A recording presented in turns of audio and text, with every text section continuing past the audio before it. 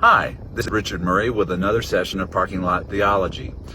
During communion the other day, a phrase came to mind that I've been meditating on, and the phrase is this: Valley of Hope. And as I've meditated on it, I've seen, the Valley of Hope is sort of a contrasting image there of going through a valley. And the valley in Scripture often represents challenges, represents circumstantial difficulties, or things that are looming over us. But what would the Valley of Hope be?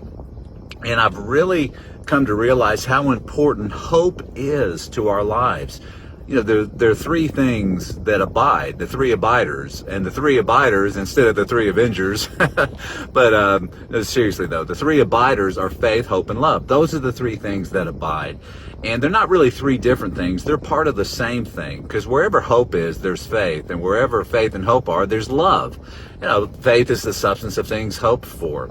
Love works by faith. Faith works by love, Galatians says. All these three things are connected in a trinity of usage. They're the same thing. But what I realize sometimes we're a little deficient on the hope level. And that when despair comes, I don't know about y'all, but when I wake up sometimes in the morning, I feel like I've been to hell and back. And it can be it can be nightmares, but it's not necessarily just nightmares. It's things, the cares of the world that may cause you to have strange dreams. And it just seems like our consciousness goes to strange places in the night watches. And when we wake up in the morning, how important it is that we posture ourselves towards hope.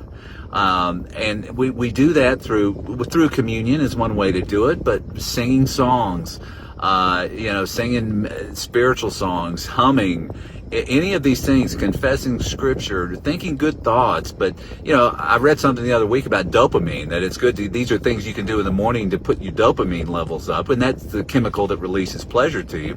But I felt like I heard this last night, I heard the word hopamine.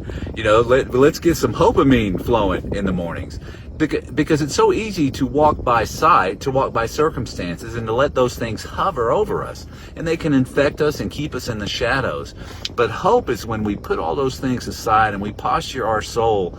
We don't know the way things are going to work out. We don't know the way tribulations are going to go. But I know this, that we can trust God to navigate us through it and to be there with us as we either avoid the danger or go through the danger, go under it, to the side of it, over it, whichever way it goes, the Lord is with us. And if we can put our hope and trust in that, it totally lifts our posture. I really admire people who walk around with a good posture, who walk upright, shoulders back, because they're ready to see anything and everything that goes on, and they look ready for it. And so I like to spend some time early in the morning on my posture, my spiritual posture. That if I'm feeling discouraged, or I'm feeling residue from the night watch, where I was somewhere weird, or I wake up dreading the day, or dreading a certain event of the day, or whatever, that I reposture myself, and I usually do it in the shower, and I sing some praise songs, and thankfully no one can hear them but me. But they're for me. They're for me to stir myself up. I love when David, at his worst point at Ziklag, he goes back. They've been out with his men. He's been out with his men foraging and that sort of thing. And he comes back, and all the women have been taken, all their wives and all their children have been taken, and all their possessions have been taken by the Amalekites. And then his own men get furious with David because he's their leader, and then they start criticizing him and being angry at him. And then the Scripture says that he then encouraged himself in the Lord. And the Lord responded and gave him a prompting that he was going to recover everything. And he and his men went after the Amalekites, and they recovered everything. And the same God that David processed through his own emotional, life and imagery and circumstances is for us too. That the Lord can help us recover the day. But as we yield our hope to Him, then our faith is flamed up, then our love is actuated, and then we're ready for the day. And I just want to encourage all of you to get some hopamine and start off. And the Lord is the lifter of our heads, the lifter of our souls, and we look up to the hills. We lift our eyes to the hills to see where our help comes from. Our help comes from the Lord, the Maker of heaven and earth.